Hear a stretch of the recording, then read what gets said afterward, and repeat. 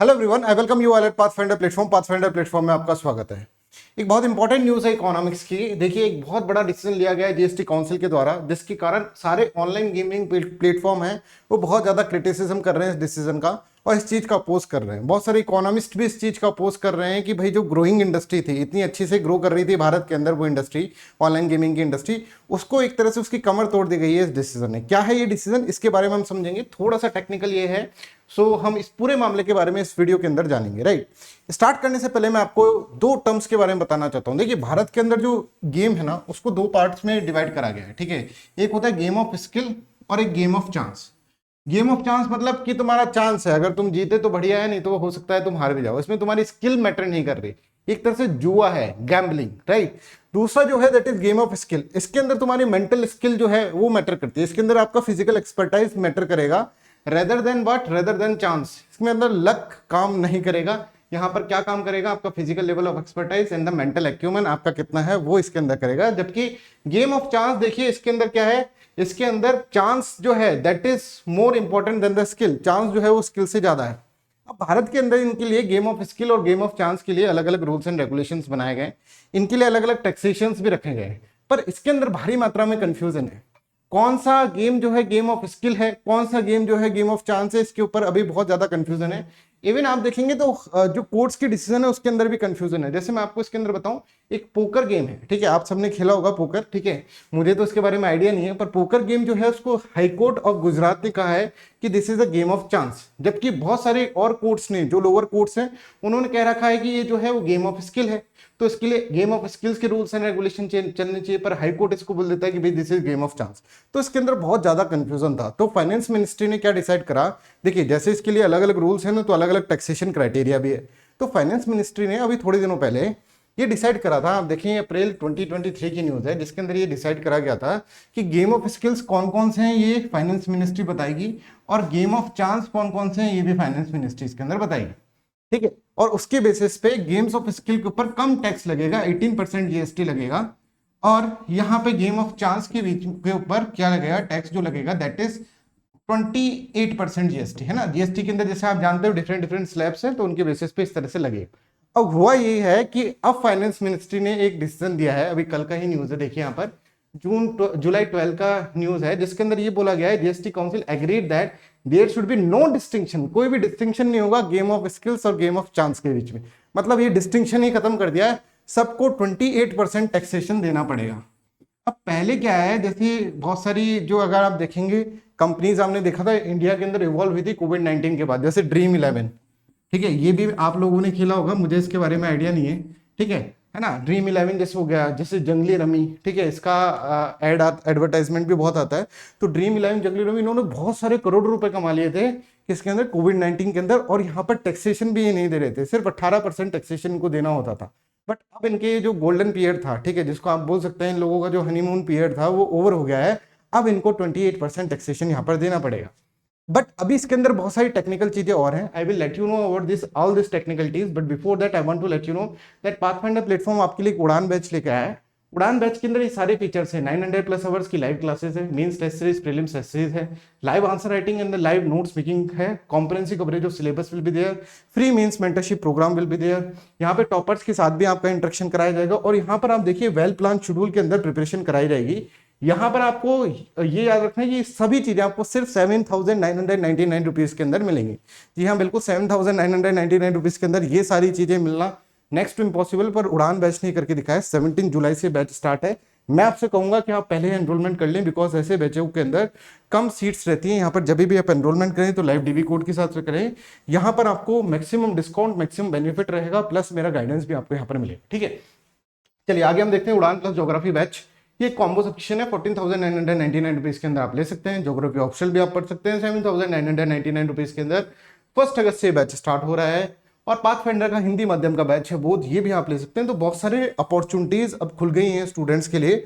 उड़ान batch, pathfinder के बोध बैच, और इस तरह से ऑप्शन सब्जेक्ट्स के अंदर भी हम मूव ऑन कर रहे हैं। तो इन सब से बहुत सारे स्टूडेंट्स के लिए बहुत सारी अपॉर्चुनिटीज यहाँ पे खुल गई है। चलिए समझते हैं अपने टॉपिक्स को, पर बिफोर दैट ये हमारी टीम है जो डिफरेंट इनोवेटिव मैनर के अंदर आपको टीचिंग प्रोवाइड करती है।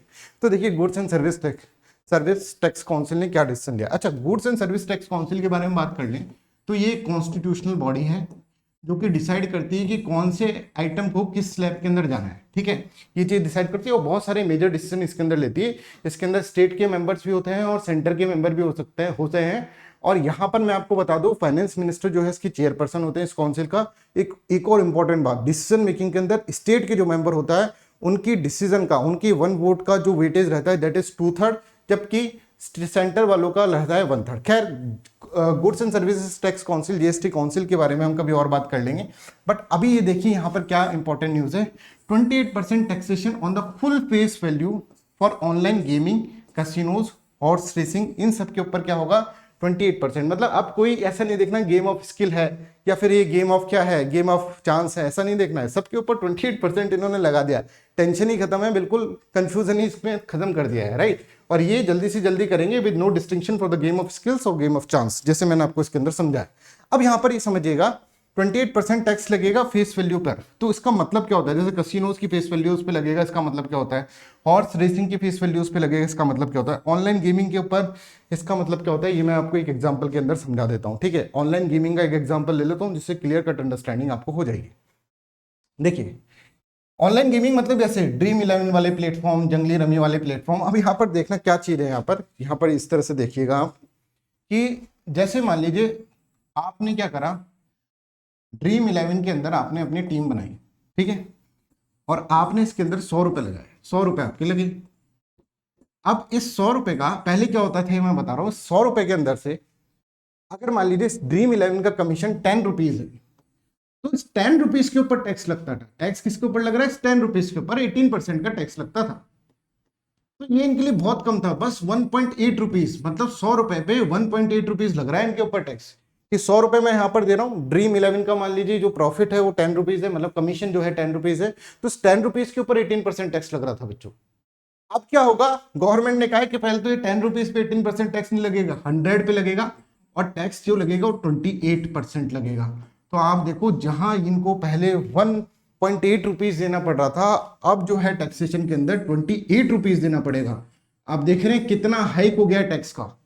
और इससे पूरी की पूरी ऑनलाइन गेमिंग वालों ने कहा साहब हमारी तो कमर टूट चुकी है, इससे बढ़िया तो क्या है हम कुछ और चीज करने लग जाएंगे। ठीक है, कि जो इंडस्ट्री बहुत अच्छे से ग्रो कर रही थी उसको आपने एकदम से रोक दिया। जो चाइना यूएसए से भी अच्छे ग्रो कर रही थी भारत के अंदर, उसको एकदम से रोक दिया। इस तरह से यहाँ पर चीजें वो मैं आपको बताऊंगा किस तरह से उन्होंने रिएक्ट करा है। पहले I hope this is clear to everyone.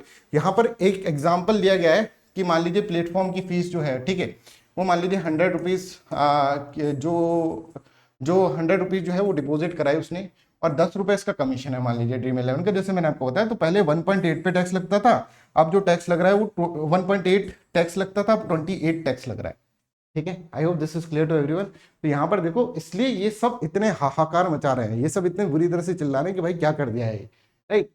तो अब देखिए 15.6 टाइम्स से इंक्रीज हो गया है टैक्सेशन। ठीक है, और आप यहाँ पर देखेंगे ओवरसीज कंपनी है, मान लीजिए कोई बाहर की कंपनी है, वो यहाँ पर अपने आकर एक ड्रीम इलेवन जैसे प्लेटफॉर्म्स और इसके अंदर इन्वेस्ट करती है, तो वो टैक्स भी भारत के अंदर ही उनको देना पड़ेगा। ठीक है, अब इसके ऊपर रिएक्शन देखो, इंपैक्ट देखो इस डिसीजन का। अब देखिए, पहले हम देखते हैं, देखिए ये कंपनी कितना कमाती थी, पहले हम ये तो देख लें। आप देखिए ड्रीम इलेवन को अगर हम देखेंगे तो सारा का सारा आप देखेंगे क्रिकेटर्स को लाके खड़ा कर दिया था उसने एडवर्टाइजमेंट के अंदर। मैं ये सोचता था जब एडवर्टाइजमेंट देखता था, अश्विन को भी ले रखा है, गांगुली को भी ले रखा है, हर एक को, सचिन को भी ले रखा है, सबको ले रखा है इन्होंने, है ना। किस तरह से एडवर्टाइजमेंट में इतना पैसा कहां से आता होगा, है ना। तो ये अभी इसने नेट प्रॉफिट जो कराया ना, 143 करोड़ रुपए का नेट प्रॉफिट कराया है। ठीक है, और टोटल रेवेन्यू जो है 3841 करोड़ का टोटल रेवेन्यू करा है। और इनमें टैक्स नॉमिनल दिया है, जैसे मैंने आपको बताया 100 रुपए के ऊपर 1.8 रुपीज टैक्स। ठीक है, और दूसरा चीज, गेम क्राफ्ट एक कंपनी है, ठीक है, जो रमी कल्चर और गेमजी और रमी टाइम और ये सारी एप्लीकेशन उसके अंदर ही आती है। इसने देखिए कितने का, आप देखिए 2112 करोड़ रुपीज का इसने रेवेन्यू जनरेट करा है, और प्रॉफिट 937 करोड़ का करा है। तो बहुत कमा रहे थे ये लोग पैसा। ठीक है, और हर कोई जो है इसके अंदर घुस रहा था। हम देखें कितनी सारी एप्लीकेशन एकदम से मशरूमिंग आउट ऑफ एप्लीकेशन हुई इस तरह की गेमिंग प्लेटफॉर्म्स की। अब यहाँ पर ये देखिए कि जैसे ये डिसीजन आया ना, जीएसटी का डिसीजन आया, इनके जो है इनके शेयर्स गिर गए। जैसे एक डेल्टा कॉर्प नाम की कंपनी है, उसके शेयर में 22% गिरावट हो गई है। ठीक है, और एक नाजरा टेक्नोलॉजी नाम से है, उसके 3.6% गिरावट हो गई। जैसे डिसीजन है वैसे इसके अंदर गिरावट।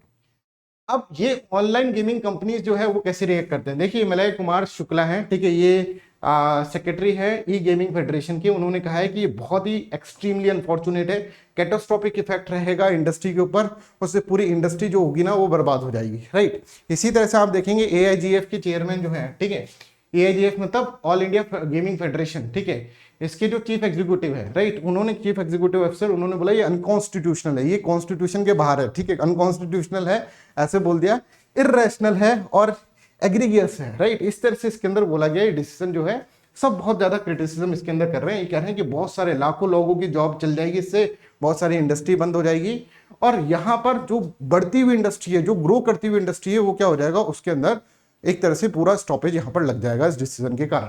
अब भाई बढ़ती हुई इंडस्ट्री है, ये कैसे पता चले, तो मैं आपके सामने कुछ डेटा प्रस्तुत कर रहा हूँ। बिल्कुल सही बात थी कि हमारी ये इंडस्ट्री जो थी ऑनलाइन गेमिंग इंडस्ट्री बहुत अच्छा परफॉर्म कर रही थी, और ये भी बिल्कुल सही बात है अगर इन्होंने इस तरह से ये 28% का जो GST काउंसिल ने अभी लगाया इनके ऊपर, इसके कारण इनका बहुत ज़्यादा नुकसान होने वाला है। यहाँ पर ये देखिए कि revenue of Indian mobile company industry is expected to exceed 1.5 billion in 2022, 1.5 billion dollar तक ये पहुंच रहा था, and is estimated to reach 5 billion dollar in 2025। तो 5 बिलियन डॉलर की ये पूरी की पूरी एक तरह से इकोनॉमी जनरेट कर रही थी यहाँ पर। और अगर आप देखें कंपाउंडेड एनुअल ग्रोथ रेट जो है 38% था बिटवीन 2017 से 20 तक, और अगर हम देखें चाइना के अंदर ही सिर्फ 8% था, और यूएसए के अंदर 10% और हमारे अंदर 38% था। तो चाइना और यूएसए की इंडस्ट्रीज को मात दे रहे और बहुत बुरी तरह से हम मात दे रहे थे।